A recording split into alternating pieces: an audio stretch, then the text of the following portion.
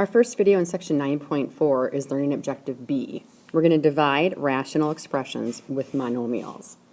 If you remember us doing this back for 9.3 for multiplying, it is very similar. The only thing you're going to have to remember is how do you divide fractions. And let me show you what this rule right here means. If I give you a numerical example, let's say I want to take 3/4 and divide it by 1/2.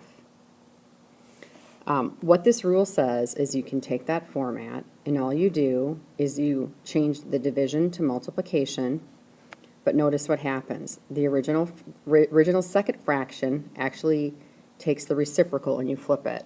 So all you have to do to division, keep the first fraction the same, change it to multiplication, and then take the reciprocal of the second one, so you have 2/1.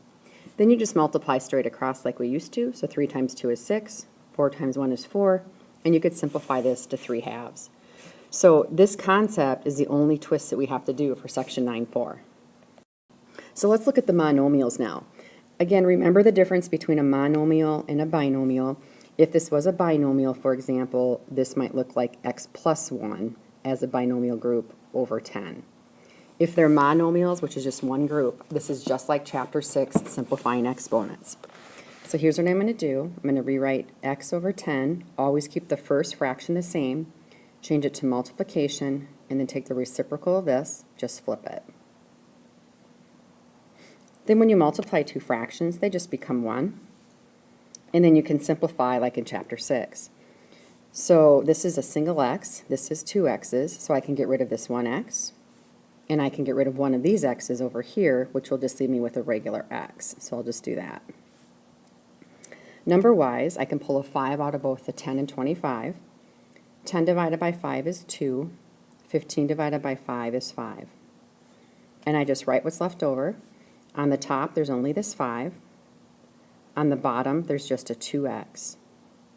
And that is our final answer.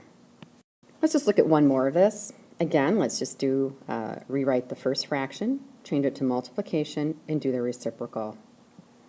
I can make it one big problem by doing this. And let's say I wanted to multiply the numbers together first. Let's do that instead. I'm going to do x times 3 is 3x. I'm going to do 6 times 2 is 12 over x.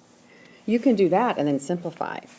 These two x's cross out, and then I have 3 over 12. Be careful, you can pull a 3 out. 3 divided by 3 is 1. 12 divided by 3 is 4. Notice the 4 is on the bottom of the fraction. Keep it down there. And notice there's nothing else on the top but a 1.